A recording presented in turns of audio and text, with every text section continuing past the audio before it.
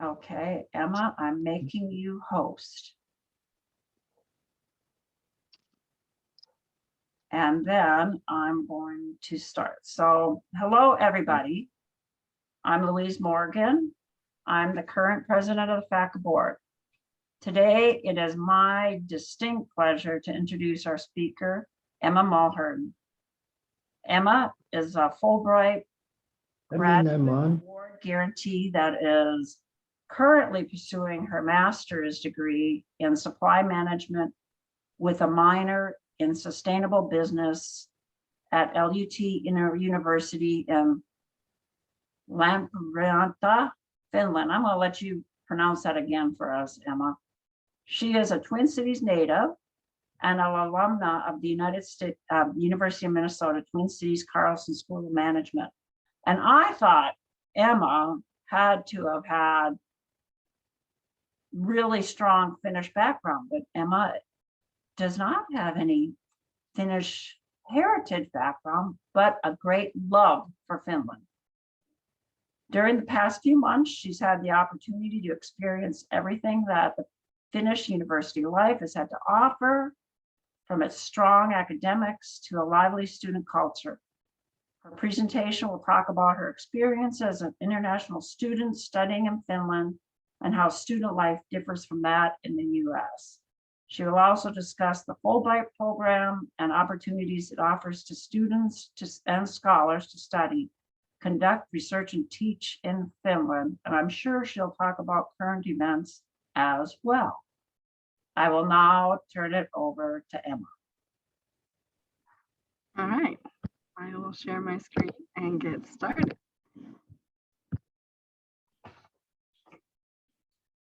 Okay, all right.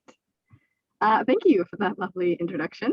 I'm very happy that I can join you all from Finland, from Lappeenranta.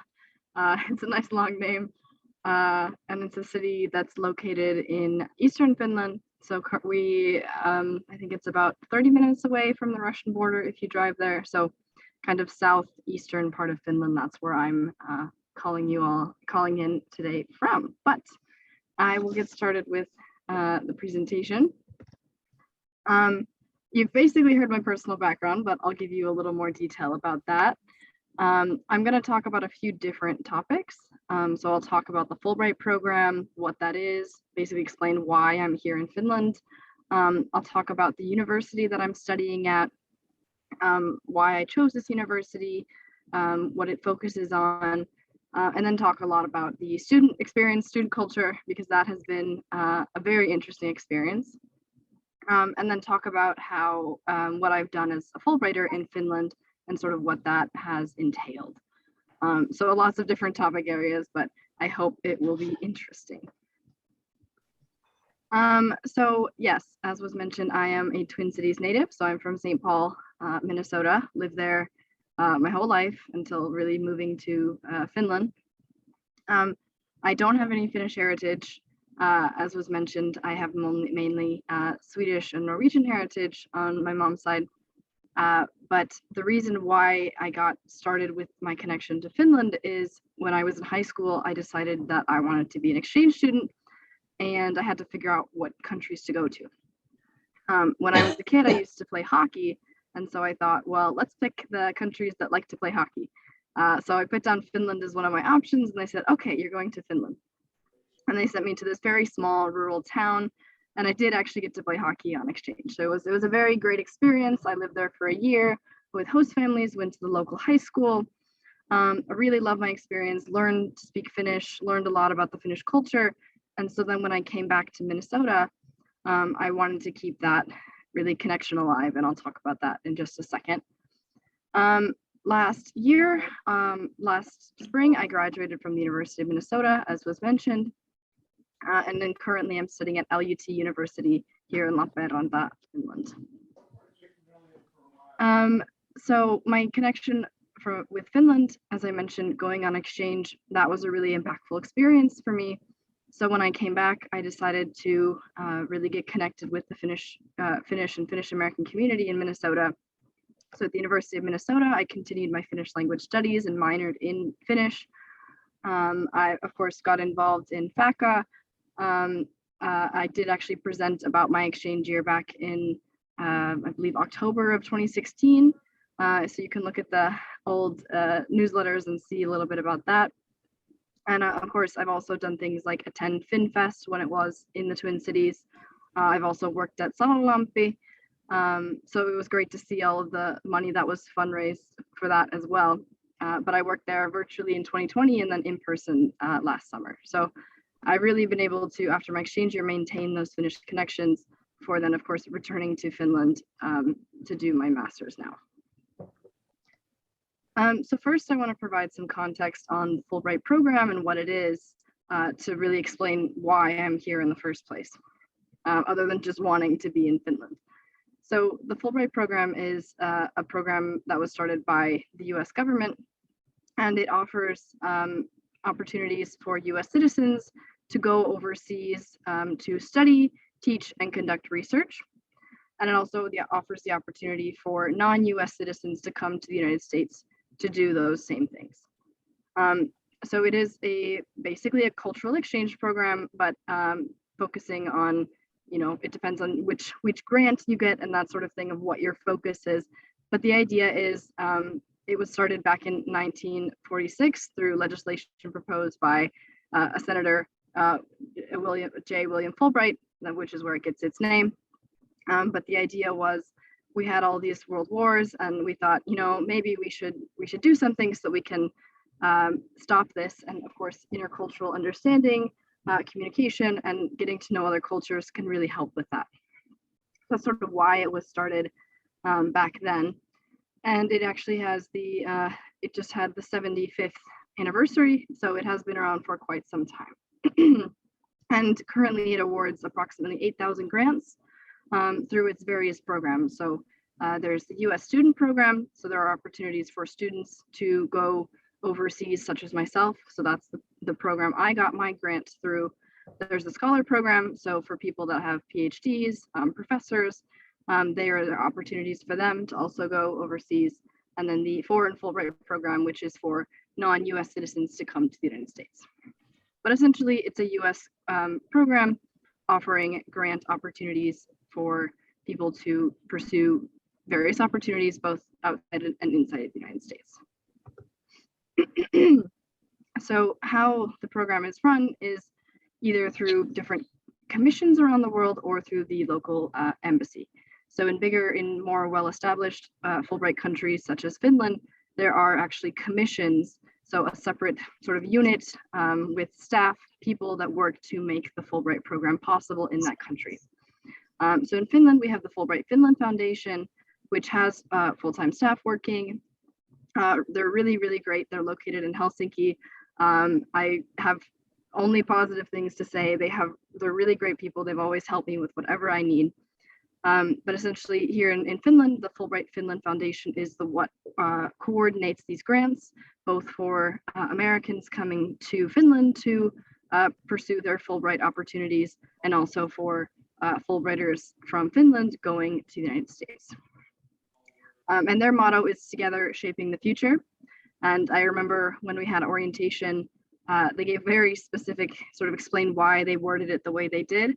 They talked with their alumni and decided that together was the most important thing, that all of the work that Fulbrighters do, whether it's studying, teaching, researching, really building these collaborations, learning from each other so that we can build a better future. Together is in the front because of that importance of inner cultural collaboration and really working with other people.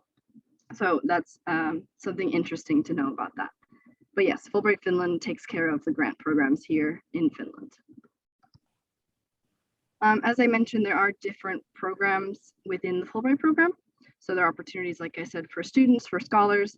So the Fulbright US student program is for students, and it offers the opportunity for students that have a bachelor's degree to pursue graduate study overseas, which is what I'm doing, conduct research. So there are some students currently in Finland that are pursuing a research project for a year. And then there are also opportunities to teach, in some countries, to teach English overseas. So for example, you could go to Brazil or Spain many countries to go teach English for a year through the Fulbright US student program. And there are many grant opportunities for students in Finland, also for scholars, but I'm mainly going to just talk about the student program since that's why I'm here and what I'm most familiar with. But the one circled there, that's the one that I have received. But so there are opportunities to, for example, to do research. So you can see the Open Study Research Award. Like I mentioned, there are also all of these opportunities in Finland, especially in Finland, to pursue graduate level study. So these awards are meant for students who want to pursue a master's overseas in Finland, such as myself, and they have grants to help with that. So what this grant entails, this is sort of more information about that, is I get a monthly grant to help support me for a year. My master's program is for 2 years, but the Fulbright Award is for 1 year. And also other financial benefits to really help me pursue this degree. But of course, as a Fulbrighter, I have other responsibilities to maintain, and I'll get to those later, but essentially I get this award and I need to help with certain events, such as the American Voices Seminar, which I'll touch on, or just essentially being an ambassador for the United States and representing that and really helping to build those intercultural connections, as I mentioned. The application was quite a bit, and I'll talk just a little bit about that too, but there are many parts that are involved to it, so it did take quite a bit of time, but once I got it all together, it was a very good feeling to say, okay, this is done, let's send it off. So in terms of the application timeline, and I want to touch on this just to show a little bit more about the Fulbright program. So one thing to note is the Fulbright program is quite competitive. I can't remember the exact statistics on it of acceptance right now, and it depends on the grant program and all of that sort of thing, but it is competitive and it does take a long time to process everything. So when I applied, I actually applied, so here right now it's the 2021-2022 academic year. I applied back in 2020, actually, the summer of 2020. So you can see the application opened March 2020. I had to submit it by already October of 2020. And then had to wait several months. I got a semi-finalist notification December 2020. I got my finalist notification in April 2021. So I had to wait many, many months before actually finding out about the Fulbright, and then eventually moving to Finland later that last year. So that was a little bit about the Fulbright program. Like I said, there are different programs within it, different grant opportunities available, both for students and for scholars, and it's a really great program. So if you have more questions about that, please let me know. I'm not an expert in everything, but I can help as I can. But now I want to talk briefly about the university where I'm studying here in Lappeenranta. So it's LUT University. The full name is Lappeenranta-Lahti University of Technology, LUT. It has campuses in both Lappeenranta and Lahti, Finland, and it focuses on business and engineering subjects. So currently I'm studying supply management, which is under the area of business, thinking about like logistics, purchasing, that sort of thing. That's what I'm studying. And then otherwise the university offers a few other business majors, but also mainly focused on engineering. The student population here in Lappeenranta is about 5,000–6,000 students. And it is quite diverse in the number of nationalities represented here, coming from all over the world, 85, as you can see. Of course, the majority come from places such as Finland, Russia, of course, since we're so close, but there are so many people, and it's very interesting to see who you meet. But one thing that is really great about the university is it has a very strong focus on sustainability. That's one of the things it's really known for. So for example, on the roofs, there are solar panels. When you eat lunch here on campus and you throw away food, it shows how much food has been thrown away for the day, or different things like that, which is really cool. And one of the big reasons why I chose to come here. I really wanted to learn more about sustainability in the area of business and thought this would be a great place to do so. So here's a picture of the campus here in Lappeenranta. We are located on right next to Lake Saimaa, which is a very, very big lake in Finland. If you haven't heard of it, I would look it up, but it's very beautiful. Right now it's still frozen over, there's still snow. We had way too much snow this winter, but it is slowly melting, and I look forward to seeing the blue waters again soon. But as you can see, like I mentioned, for example, the solar panels on the roof, you can see those. You can see the windmill that they use for different testing. I think it's a really great campus. Here's some other pictures too as well of, like, for example, the main entrance, or that middle picture is from one of my favorite study spots on campus in the library that looks out over. You can see the windmill in the background there. And here are other pictures within the campus.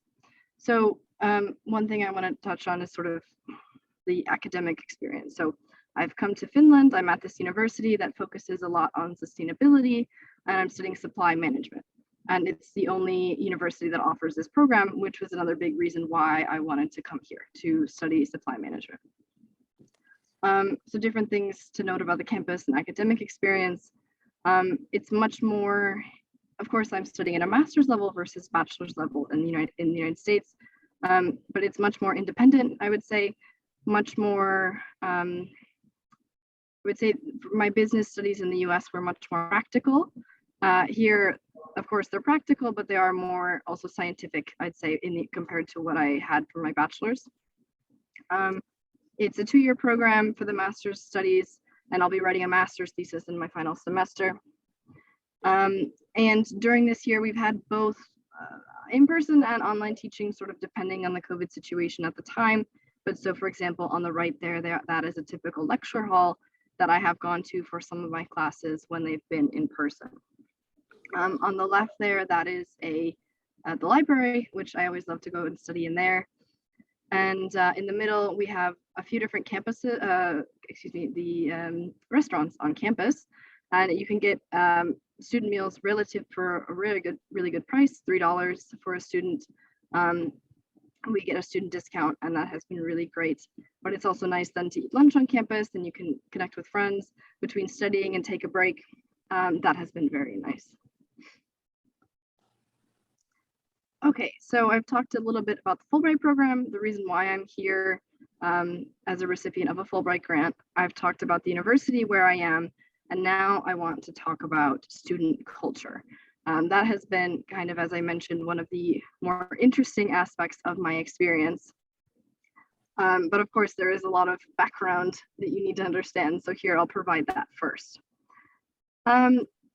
In Finland, there are different, what they call guilds. So as you can see on the left there, all of those different logos are what are called guilds. These are student organizations that are not just sort of clubs that, for example, we have clubs. We have the horse riding club, or we have, now I'm blanking, but we have lots of clubs on campus. But guilds are more well established and different from them. They are essentially representing the interests of the students, and also, of course, organizing fun events. So, for example, there is the Business Student Guild Enklavi, which I'm a part of. It both organizes events, plenty of fun events throughout the year. One of them I'll mention in a little bit, but it also represents our student needs. So it conducts the student surveys of courses, collects all of that feedback and provides that. They're in good contact with the head of the business school here. If there are issues, then we can bring those to Enklavi, and Enklavi can then bring those to the university.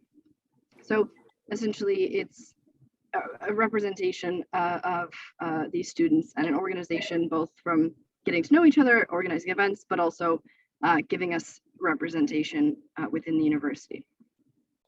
So here in Lappeenranta, we have 9 different guilds. So for example, we have it for, as I mentioned, business, mechanical engineering, environmental engineering, electrical engineering, industrial engineering, energy technology, and so forth. So that's a guild.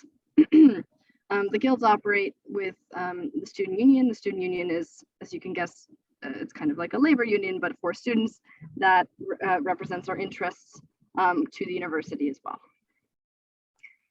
Each guild has student overalls, which is a very, very big thing in Finland and important to know for university student culture here. But each of them has a different color. So you can see in that first picture, there are the bright neon yellow overalls. That's for the business guild. So I have neon yellow overalls. It's hard to miss us, but other guilds have different colors. So the mechanical engineering students, they have orange overalls. The environmental engineering students, they have gray overalls, and so forth. So we have these different guilds for the different study programs, and each has their own overalls, which are part of student culture here and represents what you're studying. So if I walk around campus and there's an event, students will wear these to events, and I see, okay, you have this color overalls, you're studying this. And I'll touch a little bit more about overalls, but that's sort of the idea with that. But yes, student guilds and overalls, those are the basics of student culture here. So here again, with the overalls, here are some of my friends' overalls. Actually, I had them send me some pictures. So on the left there, this is another Fulbrighter, another American who is studying business here. Those are her overalls. I have a Dutch friend who is studying here as well, and his are in the middle there. And then I have another friend who you can see their overalls on the right. Some students may study more than one thing, or they switch. They decide they start studying something else, then they switch.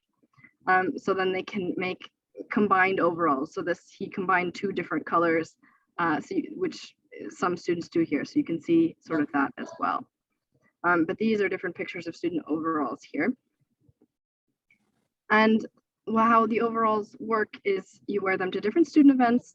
You don't wear them just to campus for classes. You wear them to student events, as I mentioned.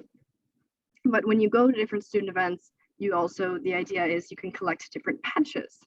So not at every student event, but at quite a few student events, you'll collect these patches. And so going back to this slide, you can see my friends' overalls have patches all over them.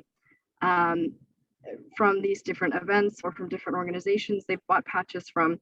And the idea is you can collect these patches or you buy these patches and you cover your overalls in patches. So by the time you graduate, for example, I know some 4th and 5th year students here working on their masters, their overalls are just covered in patches.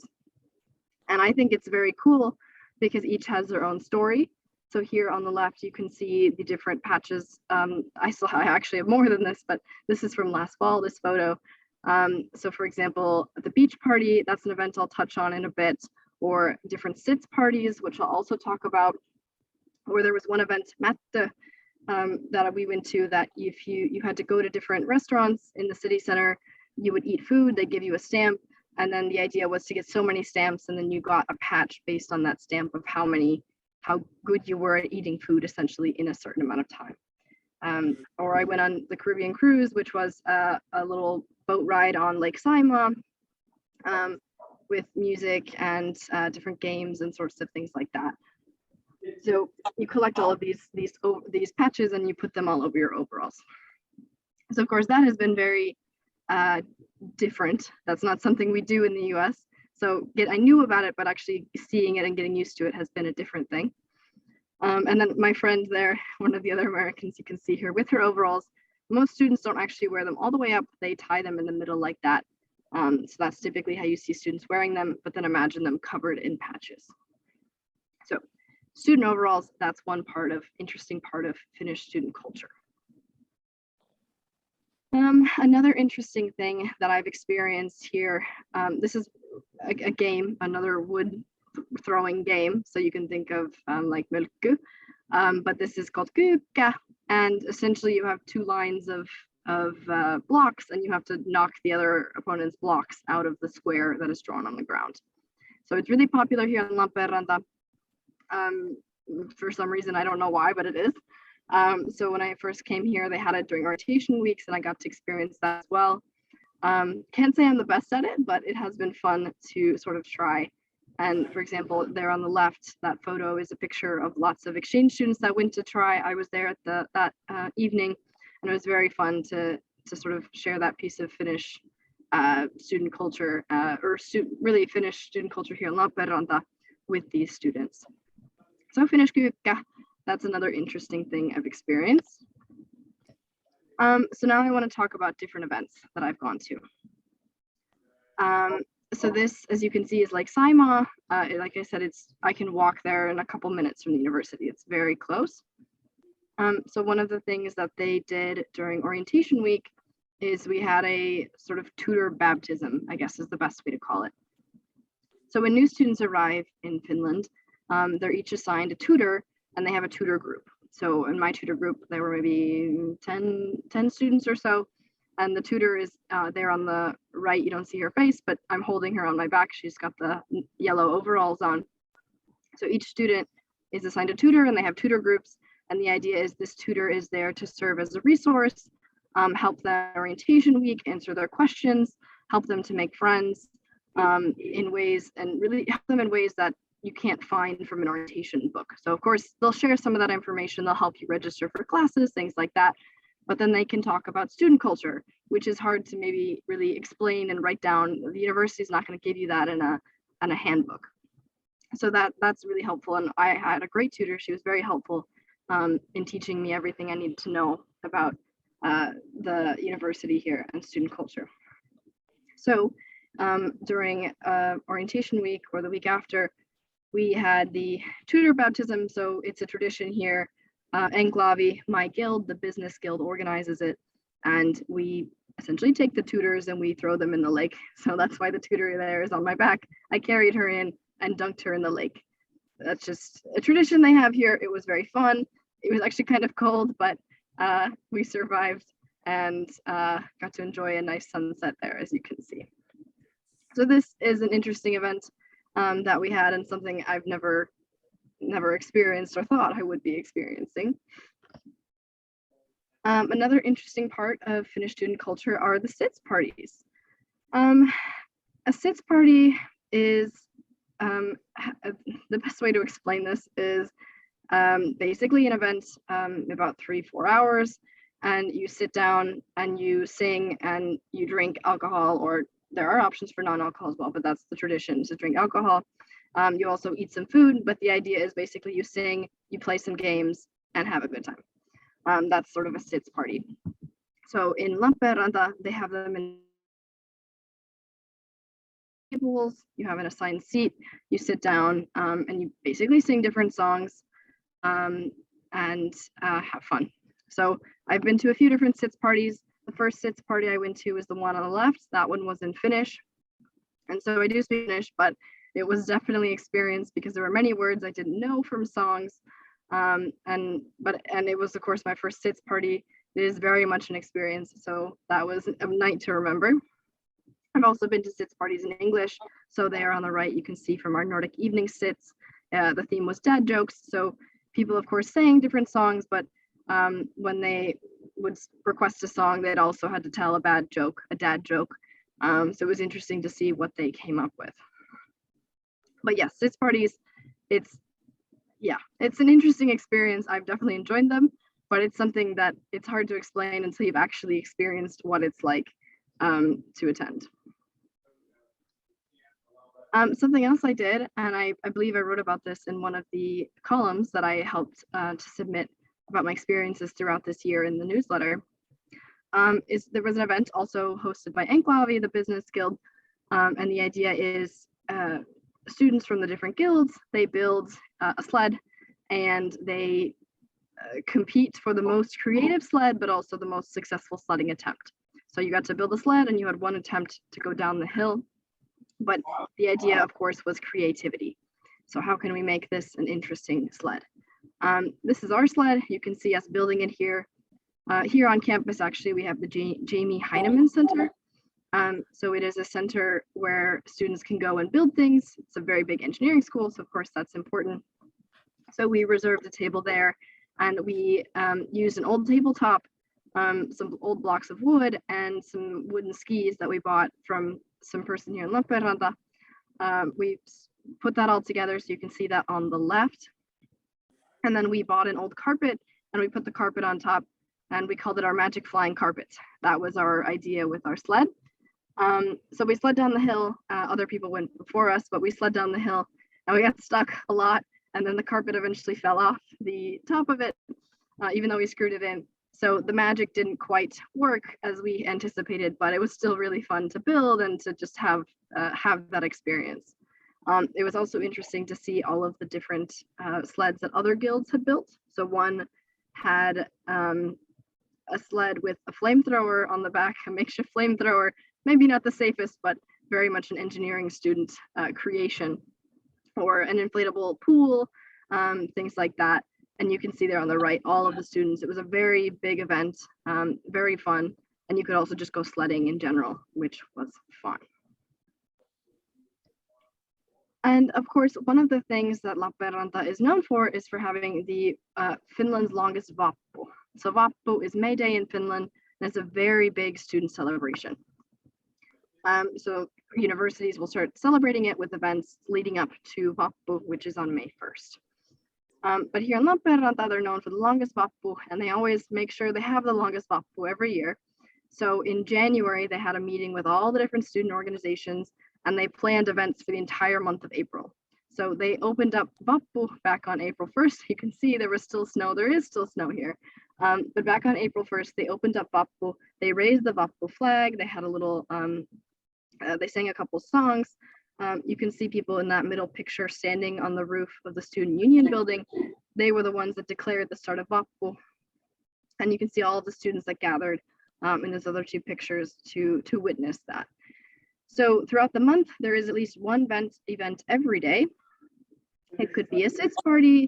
It could be some other sort of party, or like a sauna evening, for example. Those are always very popular here. It could be, last night there was a concert, I guess, of sorts, where they sang old Finnish songs. And that will all lead up to the actual day of Vappu, where there's a picnic. And then the day before that, there's a sauna yö, so a sauna evening. But this was definitely an experience to witness, and of course attend some of the different events throughout this month. But I haven't attended every single one because that would be a lot. There is definitely a lot going on. So I've talked about different events that I've attended, and now I want to touch on what else I've done here in Lappeenranta. So of course there are the academics, and I've been, taking courses, working on all of that. And aside from just attending different events, I've also gotten involved in different organizations. So one organization that I've been really active with is ESN Lappeenranta.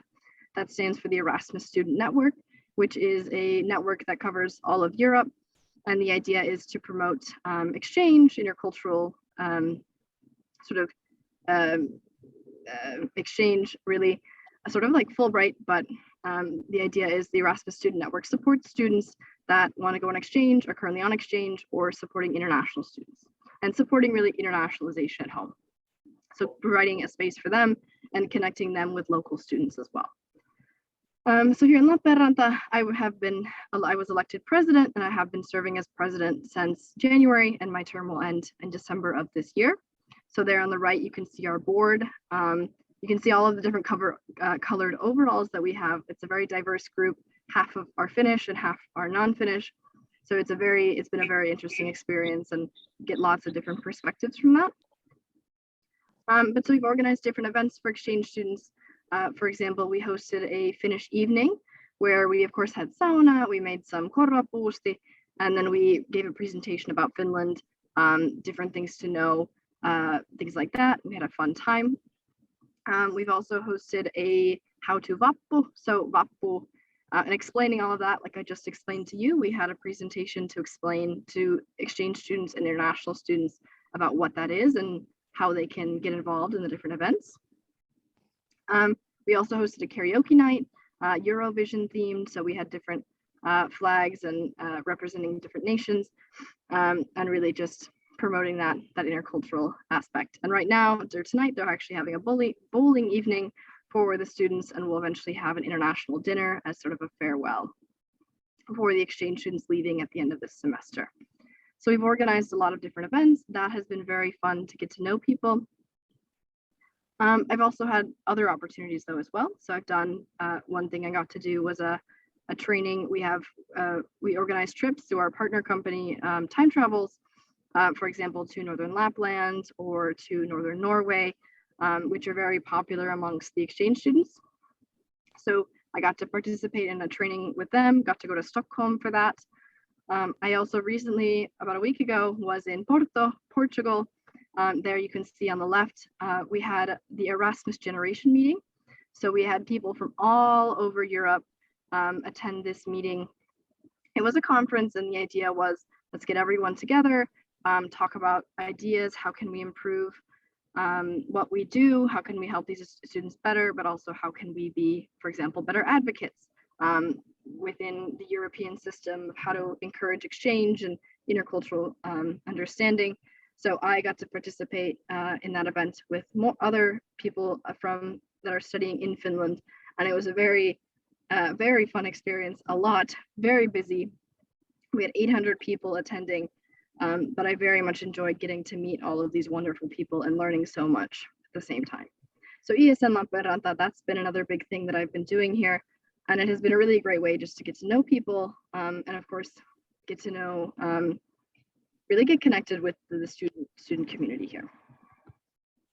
And then one other thing I do is I have a keskustelutunti.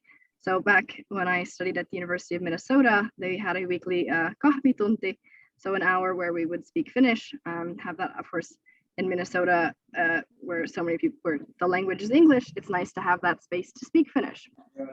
And so I went to that as much as I could when I did my bachelor's.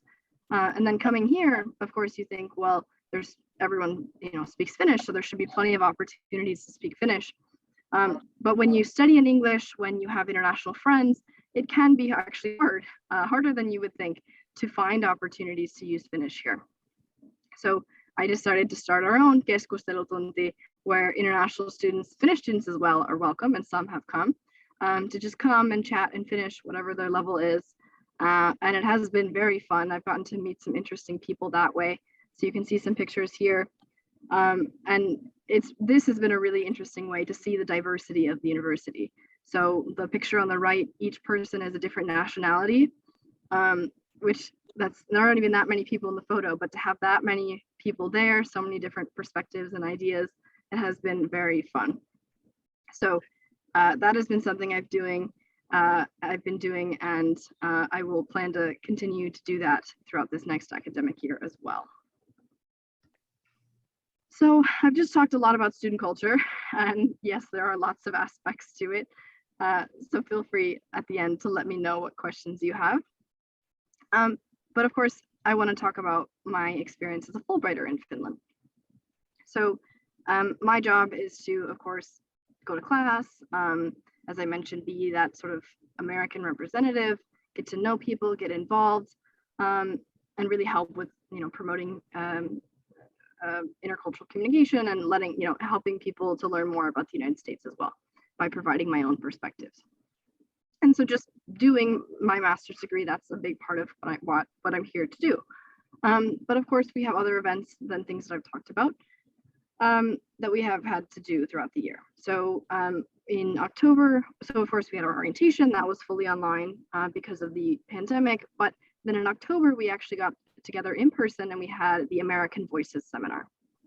So it was a seminar where we had different groups of Fulbrighters. So you can see our group there on the left that got together and presented about different topics related to the US. We could pick anything we wanted, and our group decided to talk about Finnish American culture and traditions. So one speaker talked about Finnish American music traditions, another talked about her research with Finnish American communities. I talked about the different organizations that exist, especially in Minnesota, since I'm quite familiar with many of those. And then another one talked about more things in Minnesota, for example, St. Urho's Day, and explaining that to Finnish people. That was quite fun. But we've done things like that. This spring, they're having the Fulbright Forum online. So each of us is giving a short 10 to 15 minute presentation about our experience here, about what we've been doing and working on. So I gave mine back in March, but they are still ongoing until May or so. So if you are interested in learning about what Fulbrighters, what Americans here are doing in Finland related to their studies or their research, you can find more information on the Fulbright Finland website about that. And there on the right, you can see a picture of all of us Fulbrighters together. It was very fun to get to know and meet everyone, and so many interesting topics and reasons for people being here in Finland. And of course, there is the really wonderful alumni network here. So there on the right, you can see past generations of LUT University Fulbright grantees, as well as the current ones. So getting to know them. We even have buddies that were assigned to help us integrate here that have previous Fulbrighters, whether they're Finnish and have gone to the US, or Americans that are still here in Finland. And the Alumni Network, they have been so great and wonderful in helping us. And one of the reasons why I'm trying to help the current Fulbrighters, or the ones that are coming in, to really learn more about Finland and provide them whatever support I can before they arrive and while they're here as well. And just some fun little things I kind of want to end this with is I've gotten to, of course, be here in Lappeenranta, but also see different parts of Finland. So for example, I did get to go to Repovesi, which is a national park in near Kouvola, so not too far, but we went on a day hike there with the other Fulbrighters. That was very fun and a great opportunity to see Finnish nature. I participated in a trip to Saariselkä. Amazing. It was the first night there, and we had a big group chat and people were texting and go outside, go see the Northern Lights. So we did. It was amazing. Second time that I've seen them, and seen them actually quite a few times since then in Lappeenranta. But that was very fun, even though it was minus 25 outside, very cold, but very cool to see. And I've also gotten to travel to, the pandemic is still ongoing, but there have been opportunities to travel to, for example, Stockholm, or I recently took a trip with friends to Tallinn in Estonia. And those have been very fun, of course, to just explore more about of the nearby countries to Finland. But one thing I think I've taken away from this is when I come back to Lappeenranta, it has been nice to think or to feel that, okay, now I'm home. So after being here for almost an academic year now, to feel like Lappeenranta is a home, I'm comfortable here, I've made friends here, I've built a life here. That has been sort of a very cool experience to have. So here's just a cool picture, kind of to end everything. You can see the Fulbright Finland bag shaping the future, together shaping the future. It has been a very wonderful experience. If people are interested in pursuing a Fulbright, whatever, if it's study, research, teaching, whatever it may be, I do recommend it. It has been a really wonderful experience. The Fulbright Finland Foundation has been so helpful and supportive. And just getting to meet all the people that I have been able to meet has been just extraordinary. And here are some links and information about sort of Fulbright Finland, the Fulbright US student program, as well as the university. I recently did a takeover on Instagram for Fulbright Finland. So if you are on Instagram and you check out the Fulbright Finland page, you can check out their saved stories, and you can see more into my daily life and what I have done here. But with that, that was a lot of information. But if you have questions about anything I've talked about or whatever else, you are welcome to ask them.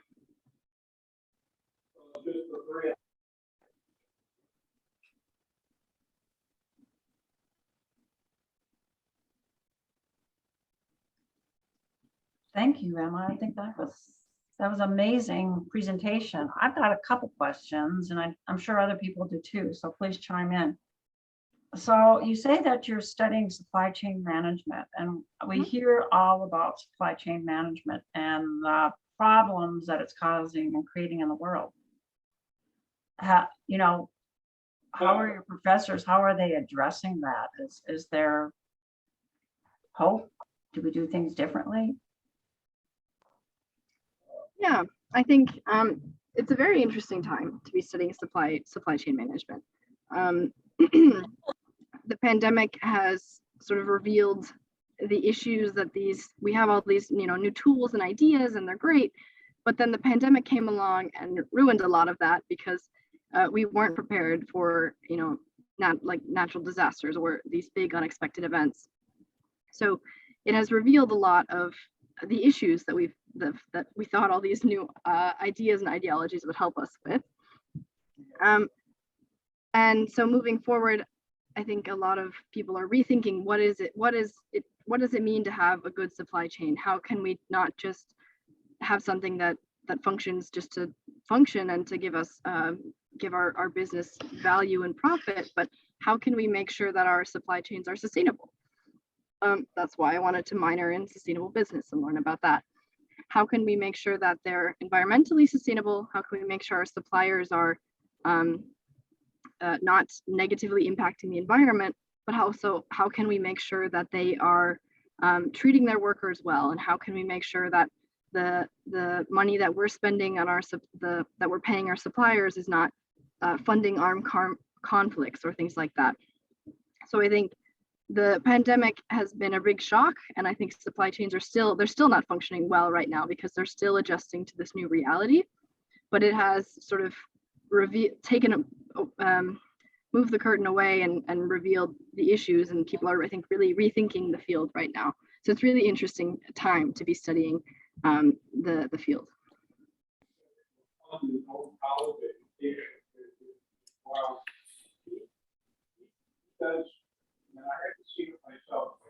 So you mentioned, well, I've got a couple, and I hope other people please chime in. Just take yourself off of mute then. But you talked about, the pandemic. How has the university, how has it been different in Finland? Is it any different than Finland than it was at the University of Minnesota for restrictions or how they address it? Yeah, and that's a great question. I think one thing to note is that Finland wasn't hit as hard initially as the United States was with when COVID first came around. So I think they've taken still restrictions, and they've, like, when I first came, we had to wear masks. There were limited capacities on rooms and sitting at tables, things like that. But I think it was sort of, it was aware and they wanted to be safe, but it was also in a sense a bit more relaxed because they knew if they followed these, and because they hadn't been hit as hard, it was a bit more relaxed in that sense. But so this year has been up and down. So when we first came, wearing masks, and now they were required, now they're recommended. Classes were, in person, but then a lot moved online later in the year when Omicron came around. And a lot of classes have all just stayed online because, especially with master's students and with people studying at home, they've thought it's easier just to have everyone get access to it. So it has been up and down and changing, but I think here I'd say it's been more relaxed in a sense, but of course still aware of the situation.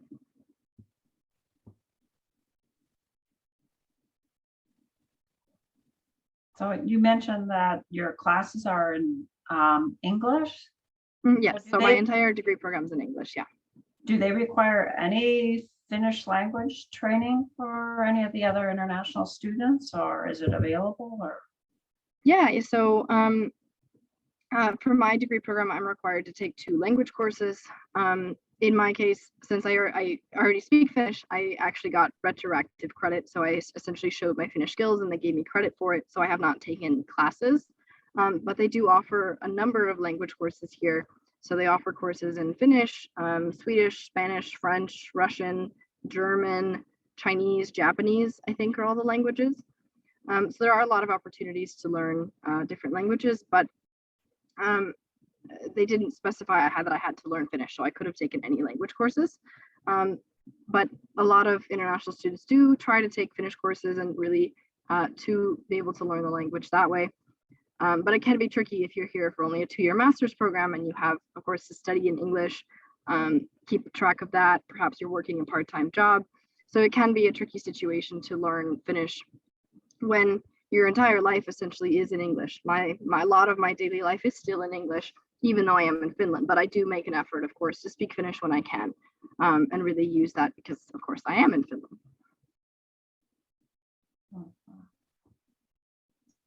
Can I ask more about that, Moyama? Yeah. Of course, I'm curious about this point. So how do you think, of course, you came to Finland already speaking Finnish, extremely well. and compared to all these other international students that didn't? And how have you perceived your experience being different from that of other students who came to Finland knowing none or little Finnish? Yes, that's a great question. Well, so first there's the cultural aspect, of course, that by knowing the language, you understand the culture better. So that has been a bit different. That, of course, I haven't known, there have been so many things that I've learned about Finnish student culture that I just talked about, where I still had a lot to learn, but knowing things like going to the grocery store is so much easier for me because I know I'm familiar with the foods, I can read what it says. So little things like that, of course, are going to the bank and being able to communicate in Finnish. Not that you can't do it in English, but being able to do that in Finnish has been, things like that. But I think I've been able to, of course, attend events in Finnish, which some international students are comfortable with because they think, well, it's a party, I can still have fun, but some are not as comfortable with that. So that can be difficult with the integration aspect, that if they only attend events that are in English, they don't really get to know Finnish students because Finnish students think, well, this event's in English, I don't really want to speak English, I'll just not go to this. So that's been, I think, part of it. But I think I'm just being more aware of what's going on too. So if I see events online, I know it's in Finnish and I can read it, and I can actually, what I've tried to do is share that with my international student friends and say, yeah, that you can still go to the event. It's just, descriptions in English, but I can share that information with them. And I think, yeah, so really being more aware of what's going on, being able to go to events that are more in Finnish, and sort of that cultural aspect of knowing how things work a bit more, I'd say. Yeah, I mean, I would just, your description, really, the word that comes to mind to me is access, which is a word that we talk a lot about in the university environment right now, providing access to more and more people all the time. And that really, it sounds to me like the language, knowing Finnish, gives you access to many more events, and not just the culture and not just understanding, but actually knowing what to go to and what would be interesting, which is the other international students maybe have less access for that reason. Yeah. That's a great word. Yeah, I think they're trying to do a lot more with that to make sure. I think they've just said to the guilds, you have to also post the events in English, different things like that. They're working on that, which is great. But I think access is a great word. So for example, as the president of ESN Lappeenranta, I have to communicate with the university or different things like that, and automatically whenever I get a notification about something, they have a question, the email comes in Finnish, it never comes in English. So the fact that I speak Finnish, then that allows me to communicate with them in Finnish, and they're more comfortable with that. That yes, I could reply in English, but there's that has been very useful. But you notice that things like that. Right. I mean, even though everyone in Finland speaks English really well, it's easier for them to speak Finnish, of course. Yes. Right. And that's the thing that people forget, is that it is, it's there's that threshold. There's a teeny bit of a threshold that they have to do to speak, English. I had another question. Just how do you think, it's kind of a big question, how do you think this experience has changed you as a person, both being an exchange student in high school and now this experience now? And it's kind of hard to tell what an alternative life would have been, but I often think of that. I often think of what would my life have been without these international experiences, and how do you think they've changed you as a person? Yeah. I think that is a great question, and something I've been thinking about, especially since my first year is already coming to an end. That, oh my gosh, wow, so much has happened. Making this presentation, I kept thinking, oh, there's this dad, there's this dad, there's this dad. So many things that I've done and experienced. I think going on exchange to Finland, that was my first big international experience. So from that perspective, really it opened up the world and made me realize the possibilities out there. I learned not only about Finland, the Finnish language and culture, but learned about myself, things that, that I can do so many things, that I can live overseas in a foreign country and survive. So from my first experience, really learning a lot about myself, I think, and I've had other international experiences as well, and really each time learn something new about yourself and what you're capable of. I think this time around that is also true. So it's the first time that I've ever lived on my own in my own apartment. So having to do grocery shopping and all of those things in a foreign country, of course. Yes, I can read the groceries, but what am I going to cook? I don't know. Learning things like that. But yes, I'm capable of that. but it has just, yeah, it has continued to open up this world to what is out there.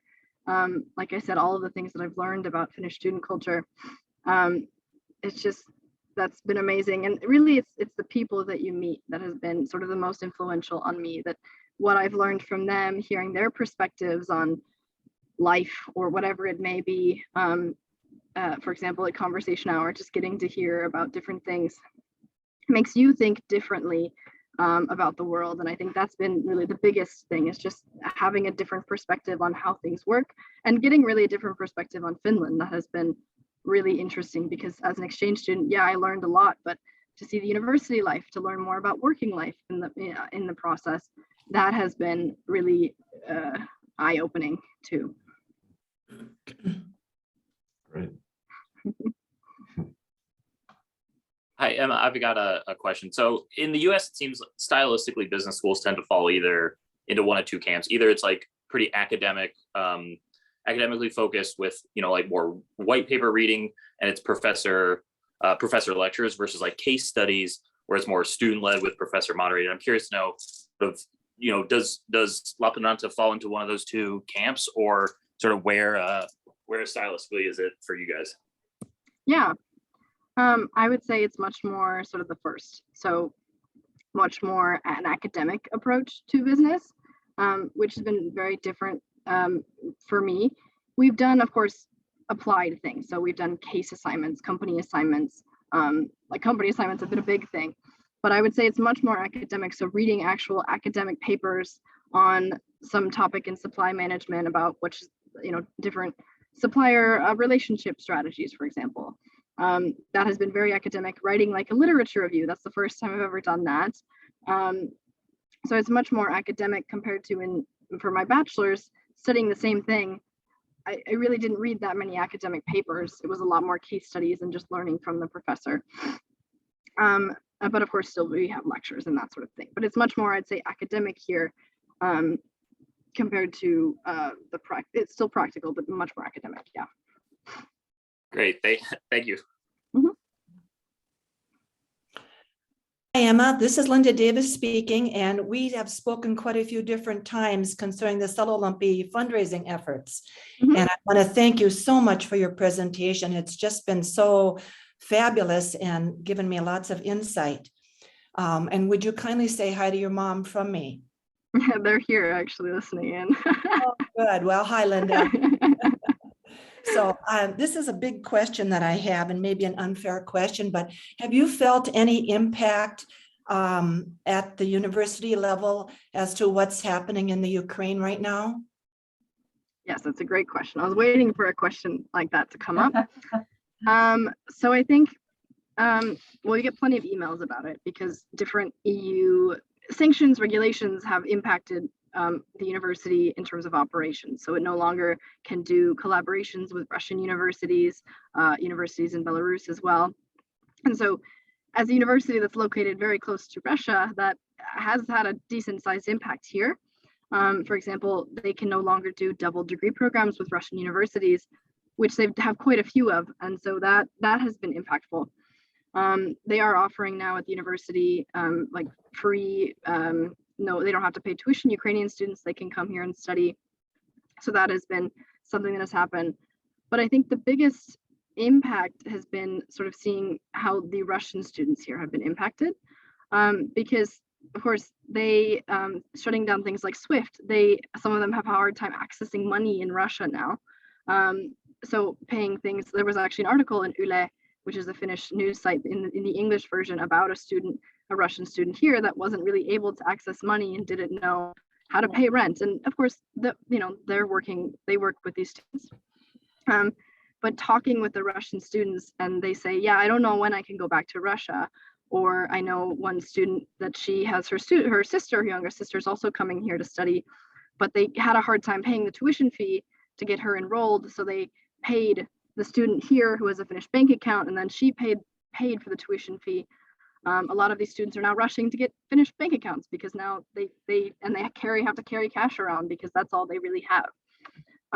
So I think that has been really the biggest impact. It's just there are so many Russian students here, and hearing from them, and I know quite a few Russian students, So talking with them about how they like having to, for example, wait in line when they found out that they were cutting off Swift, there were like just lines of Russians going to the ATM to take out money, and they have to have cash and all of these things, and the struggles they've been going through. So I think that's really where I've seen it most. But of course, from the university perspective, for example, double degree programs are no longer happening. Those collaborations are no longer happening with Russian universities. So we will have, time will tell how this impacts, especially LUT, because of its close connections with Russia. Have you experienced, has there been I know in Helsinki, they've had demonstrations. Have you experienced any of that, or? I haven't seen any, but I believe there have been some in Lappeenranta, in the city center, and I don't live in the city center, so that's why I really haven't seen them, and that sort of thing. But I believe there have been some demonstrations or things like that. There have also been, one thing that just came to mind, ways to support these Russian students is one student came up with the idea of having basically a space for students to draw their feelings and to create artwork about the situation. So that has been something on campus specifically that has been sort of related to that.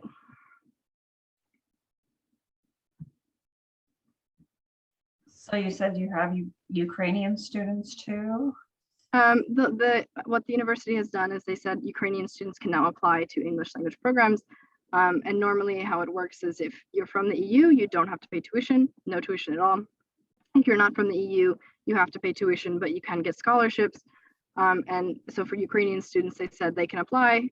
They still have to apply to the program, of course, but they don't have to pay tuition fees, at least for the next academic year.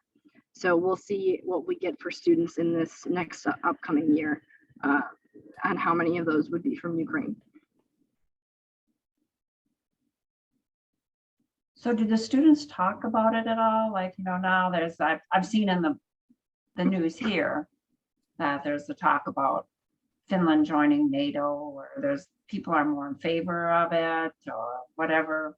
But I mean, I don't know from students' perspective, do they even take a stand or care? I mean, they're kind of on a different focus, but. No, it's a topic of conversation for sure. I think current events are always a topic of conversation for students. And I think this conversation about NATO, it has been a topic of conversation. I'm seeing, well, do they think Finland's going to join? Do they think they aren't? And that I've had lunchtime conversations here with people about that. So people are keeping up to date and different perspectives.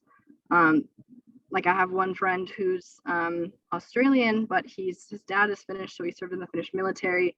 So we were talking, he gave his perspective and it was interesting to hear, or just talking also with my international friends, like my Dutch friend, and hearing his perspective.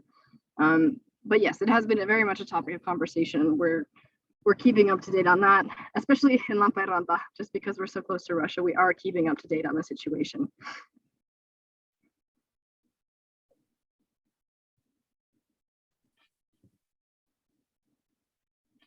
I was going to ask, you have one more year there in Lappeenranta, and then I know it seems like maybe a long time, away. But what are you thinking about?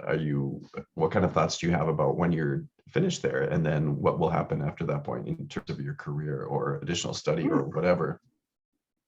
Yeah, that's a great question. I did mention that in my presentation, so great question. So yeah, one more year left, so I'll take a few more courses. I'll work on my master's thesis. Still have to figure out what I'm going to write that about, but yes, I'll be working on that. And then I'll graduate, and at the moment I'm thinking I'll stay in Finland. Wherever I can get a job, of course, I need a job to stay. But really looking for a job, and I think staying in Finland, and then from there, going where I go. Since I've studied supply chain, of course, I'm interested in that field. But of course, all of my work with ES and Lappeenranta, I am, of course, interested in that international, intercultural exchange, education, especially. That's a very interesting field to me. So finding opportunities there as well. But I think one comment just as interesting, like for everyone to know, the Finnish job market is very interesting in a sense of it is very much about you have to find the jobs, that there are jobs and they post those things. So this next year is going to be a lot of networking and finding those jobs because they aren't as easily accessible as you might think, even though Finland has a need for foreign talent. But yes, so that's the general brushstrokes of the next few years. Yeah, I'm glad you mentioned the international education thing, because really what I sensed a lot from your presentation, I've known you for a long time, so but really today it's kind of different just listening to you talk about your experience, and just what I really got was your sense of involvement and your engagement and your real interest in international education. So I'm glad you mentioned that as a possibility, because I think you're so good at that. So yeah, I really enjoy it. Yeah, exactly. And it's fun to help other people see what they can learn, because I know how much can be learned from these experiences, and to really promote that. Yeah, that's something I really love to do. Yeah. Emma, I've got sort of a small world question for you. So my cousin is a master's student at LUT. Her name is Emmy Hartama. Have you run into her in any classes or anything? I think she's doing her master's and will finish it up this summer, I believe. So she's probably a year ahead of you. I don't believe so, but that's good to know. I can look on social media and see if it's a friend of a friend or something. Yeah. Yeah, that's cool. Yeah, Hartama. All right, I will check. Oh, cool. Yeah, no, it's in one of the things that I really love about LUT is just it. I went to the University of Minnesota, so 50,000 students. It's a very big campus. You get to know people, but you don't know everybody. But here it's like you know everybody through something or another. It's a small campus. You see people all the time. I've had people, when I started Finnish Conversation Hour and I posted about it on Facebook, I had people come up to me and say, "Are you Emma? Are you the one with Finnish Conversation Hour?" Like they just saw my face and talked to me. So it is a small campus, so it is possible that I've run into her. Great, yeah, and I would say certainly reach out, because if you're interested in staying in Finland for job stuff, her father is a business owner in the Kouvola area. All right, cool. There we go. See, networking. Yeah, exactly. Yeah, thank you. Well, anybody else have another question? Emma, real quick, talk about your trade experience last fall and meeting Meredith. I think people would. Oh yeah, I didn't mention. I forgot about this. I've done so many things. Yeah, that's a great thing. So, this last fall, perhaps you heard about it. There was a delegation from Minnesota that went to the UK and went to Finland to promote trade between Minnesota, the UK, and Finland. So as a Fulbrighter from Minnesota, the Fulbright Finland Foundation messaged me and said, hey, there's going to be a reception at the US Embassy in Helsinki. Would you like to come and be there as sort of this Finnish-Minnesotan connection? So I went there along with two other Fulbrighters that are also from Minnesota. And the Governor Walz, he led the trade delegation, so he was there. I did get to meet him as well, and meet so many interesting people at this event with Finnish and Minnesotan connections. And one fun little story was I met someone, I was looking for people to meet, and there was a little booklet, and I found someone from the University of Minnesota. So I said, hey, I'll go say hi to them. And I talked to her, and she is in charge of the, what's it called? The international, the international, I can't remember the name right now, the global strategy, the global alliance at the University of Minnesota. So focusing on international programs, collaboration, that sort of thing. So I went and talked to her, and long story short, turns out she was our old neighbor. So through connections, she figured out that, oh yeah, I lived a few houses down from you, and she remembered me from when I was a little kid. So her mind was blown, my mind was blown.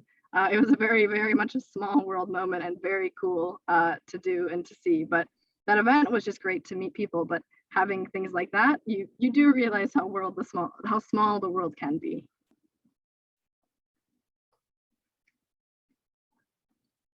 Okay, any other comments, questions? If not, I'm going to thank you so much, Emma. This has been so, you did a fabulous job. I know, I have no doubt you are going to have a wonderful career no matter what you want to do. And the world is at your feet. You're going to just take the world by storm. I know that. And I want to thank you for doing columns. Emma is, I have a rotating columnist between Emma and Christina Youngren, who used to be on the board. They rotate and tell us about their experience in Finland. And I hope everybody enjoys them as much as I do. Because I just like hearing about that and seeing a little bit of what your world's like over there. So thank you. Yeah. So thank you so much, Emma. Today, I just want to say a couple things. Remember, and thank you everybody for coming on a Saturday morning and changing, because it would have been a little bit different for Emma to try to come here on evening time. It would have been a little bit hard for her. So thank you for coming this morning. And don't forget the May event in person at the Danish American Center and the Midsummer's Picnic in June. And I look forward to seeing you all soon. I won't be at the May event myself. I'm going to Australia finally to meet my granddaughter, who's going to be 2 years old, and I finally get to go meet her. So I hope you all understand, but I will be there in June, and I hope to meet you there. So, and lastly, think about volunteering. We do need you. Kiitos paljon. Thank you. Hey.